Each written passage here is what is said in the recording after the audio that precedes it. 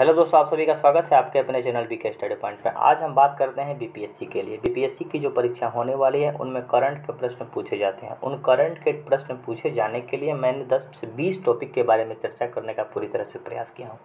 आपको 5 वीडियो के माध्यम से 5 टॉपिक के बारे में हमने चर्चा कर दिया है और ये वीडियो अपलोड हो चुकी है। आप लोगों ने नहीं देखा होगा तो ज़रूर देखिएगा। और ये 6ठा नंबर की टॉपिक क्या है, आइए हम लोग देखते हैं। 20 टॉपिक की चर्चा करने के बाद हम 1000 क्वेश्चन का भी डिस्कस इसी चैनल पर कराएंगे। आप लोग इस चैनल पर नए होंगे तो कृपया चैनल को सब्सक्राइब कीजिएगा, बेल आइकन को दबा दीजिएगा। आज हम लोग बात करते हैं बिहार जो भी वन स्थिति रिपोर्ट जो 2021 आई है उसमें बिहार की वन की स्थिति क्या है, क्योंकि बीपीएससी ओरिएंटेड जो एग्ज़ाम है उसमें बिहार से प्रश्न पूछे जाते हैं। तो उनके लिए वीडियो बहुत इंपॉर्टेंट हो जाएगा, क्योंकि बिहार की वन रिपोर्ट जो 2021 आई हुई है, भारत वन रिपोर्ट 2021 के बारे में भी हम चर्चा करेंगे। और ये बिहार के बारे में हम चर्चा कर रहे हैं जो कि बीपीएससी की परीक्षा के लिए इम्पोर्टेंट होगा। हम बात कर लेते हैं बिहार के बारे में छोटा सा परिचय, जो कि परिचय क्या है, बिहार की भौगोलिक क्षेत्रफल क्या है। तो 94,163 वर्ग किलोमीटर। बिहार की जनसंख्या कितनी है, तो 104.10 मिलियन। शहरी जनसंख्या 11.76 मिलियन और ग्रामीण जनसंख्या 92.34 मिलियन। यानी कि ग्रामीण जनसंख्या 92% और शहरी जनसंख्या 11%। याद रखिएगा। जनजातियों की संख्या 1.34 मिलियन है और औसत घनत्व क्या है, जनसंख्या घनत्व क्या है, 1106 प्रति व्यक्ति वर्ग किलोमीटर। यानी कि 1100 ये सबसे ज़्यादा जनसंख्या घनत्व है बिहार का। ठीक है, ये 1106 व्यक्ति प्रति वर्ग किलोमीटर है। अब हम बिहार की वन स्थिति रिपोर्ट के बारे में देख लेते हैं। वन स्थिति रिपोर्ट 2021 के अनुसार बिहार का लगभग 7,380.79 वर्ग किलोमीटर वन आवरण है। देखिए, दो तरह की बातें हैं, वन आवरण और वृक्ष आवरण। दो तरह की बात है। वन का मतलब पूरी तरह से फॉरेस्ट एरिया और वृक्ष आवरण का मतलब होता है कि अलग अलग जगह पे वृक्ष बनाई गई है, वृक्ष लगाए। जैसे अपने घर में भी हम लोग वृक्ष लगाते हैं। तो वृक्षों का आवरण और वन आवरण में अंतर थोड़ा सा है कि वन का मतलब कि बहुत बड़े क्षेत्र में जो पेड़ लगाई जाती है वो वन आवरण होगा, और एक पार्टिकुलर एक क्षेत्र में जो पेड़ लगाई जाती है उसको वृक्ष आवरण बोला जाता है। अब हम बात कर लेते हैं वर्ग किलोमीटर वन आवरण है, जो कि राज्य की कुल भौगोलिक क्षेत्रफल का 7.84 है। 7.84 है जो कि राज्य की कुल क्षेत्रफल का है, बिल्कुल याद रखिएगा। जबकि वृक्ष आवरण 2,341 वर्ग किलोमीटर जो कि कुल भौगोलिक क्षेत्रफल का 2.84 है। इस प्रकार बिहार की कुल वन आवरण 9,722 वर्ग किलोमीटर है जो कि भौगोलिक क्षेत्रफल का 10.32 है। अब हम बात कर ले। देखिए, प्रश्न हमेशा पूछा जाता है पूरी अगर क्षेत्रफल पे वन के बारे में पूछा जाएगा, पूरा भौगोलिक वन क्षेत्र वन वृक्ष आवरण पूछा जाएगा, यानी वन भी और वृक्ष भी, तो 10.32 कहेंगे। अगर हम लोगों से पूछा जाएगा केवल वन आवरण तो 7.84 और वृक्ष आवरण पूछा जाएगा तो 2.84, यानी कि साधारण ज़्यादातर 10.32 वाला डिजिट हमको परीक्षा में पूछा जाएगा। याद रखिएगा।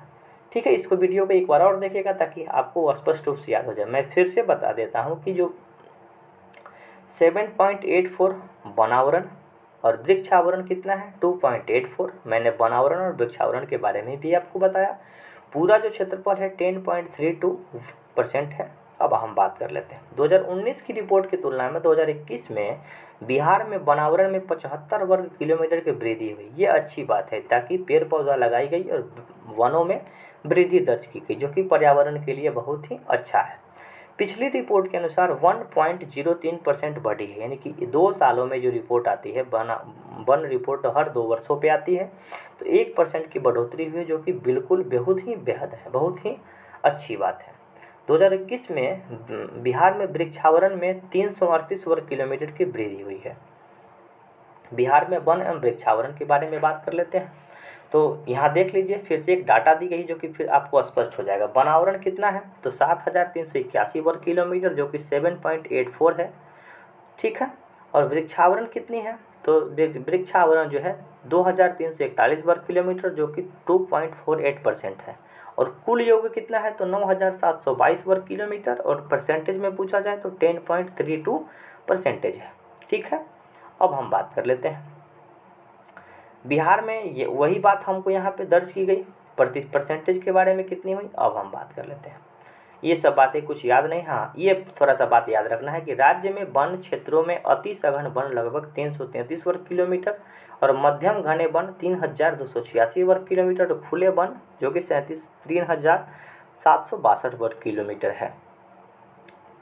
हम यहाँ पे बस ये हम लोगों को याद रखना है कुल वनों का जो परसेंटेज है, कुल वनों का जो परसेंटेज है, वनावरण का परसेंटेज है 7.84 के, ठीक है। यहाँ देखिएगा 7.84 ये वनावरण है और वृक्षावरण को मिला देंगे तो 10 पॉइंट समथिंग हो जाएगा।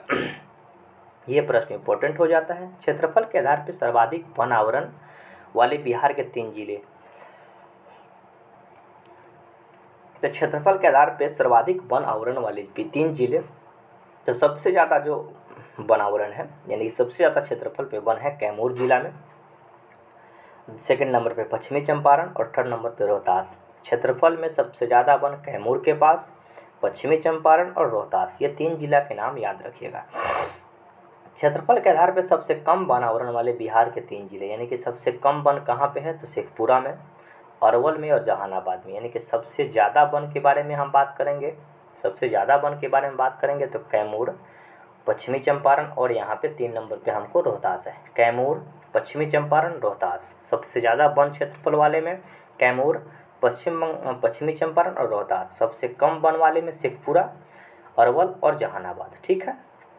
प्रतिशत के आधार पर सर्वाधिक वन आवरण वाले 3 जिले, यानी कि परसेंटेज के आधार पे कैमूर प्रथम स्थान पे है, तब जमुई और तब नवादा आता है, ठीक है, याद रखिएगा। प्रतिशत के आधार पर निम्न वन आवरण वाले जिले, इसको नहीं याद रखिए, बहुत सा डाटा याद रखिएगा, बहुत सा कन्फ्यूजन हो जाएगा। अब यहाँ पे हम देखते हैं कि भारत वन स्थिति रिपोर्ट 2021 में वर्ष 2019 की तुलना में बिहार के कुछ जिलों में वनावरण में वृद्धि या कमी देखने को मिली है। सर्वाधिक वन क्षेत्रफल वाला जिला बांका, वन वृद्धि वाला जिला यानी कि सबसे ज़्यादा वृद्धि होने वाला जिला बांका है। न्यूनतम वृद्धि होने वाला जिला कैमूर है। वाल्मीकि नगर टाइगर रिजर्व जो कि 796.12 वर्ग किलोमीटर में था, जो कुल टाइगर रिजर्व का 928.80 वर्ग किलोमीटर का 85.871% है। वाल्मीकि नगर टाइगर रिजर्व जो कि चंपारण जिला में पड़ता है। बिहार में पशुधन की संख्या कितनी है, तो 32.93 मिलियन। ये सब डाटा याद रखिएगा, बीपीएससी डाटा पूछती है। बिहार में पशुधन की संख्या 32.93 मिलियन है। बिहार में कुल कार्बन स्टॉक 56.88 मिलियन टन है, जो कि देश के कुल कार्बन स्टॉक का 0.79% है। अब यहाँ पे देखते हैं, बिहार में वृक्षों की सबसे आक्रामक प्रजाति लैंटाना कोमारा को कहा जाता है। अब यहाँ पे देखते हैं कि बिहार में एक राष्ट्रीय उद्यान और 12 वन्यजीव अभ्यारण्य है, जो कि राज्य के कुल भौगोलिक क्षेत्रफल का 3.44% है।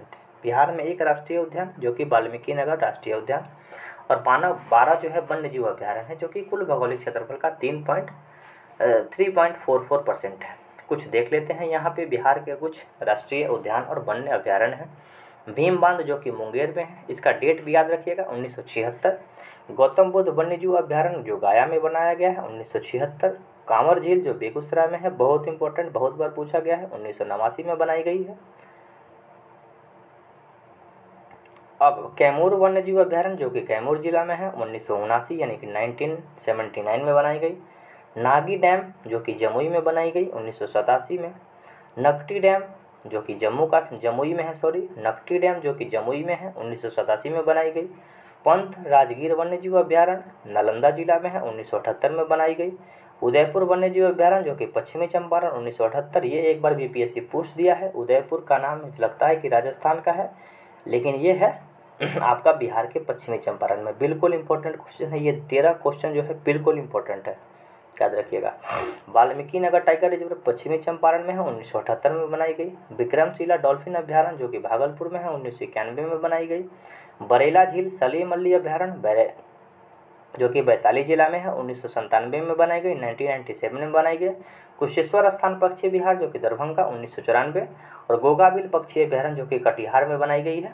ये 13 जो है अभ्यारण्य है बिहार में, इस 13 के बारे में जानना आवश्यक है। फिर हम एक बार बता देते हैं, भीम बांध जो कि मुंगेर में, गौतम बुद्ध जो कि गया में, कांवर झील बेगूसराय में, कैमूर वन्य अभ्यारण्य कैमूर में, नागी डैम जमुई में, नकटी डैम जमुई में, पंथ राजगीर वन्यजीव अभ्यारण्य वन्यजीव अभ्यारण्य नालंदा में, उदयपुर पश्चिमी चंपारण, वाल्मीकि नगर पश्चिमी चंपारण, विक्रमशिला डॉल्फिन भागलपुर, बरेला झील सलीम अली अभ्यारण्य वैशाली, कुशेश्वर स्थान दरभंगा और गोगाबिल अभ्यारण्य कटिहार।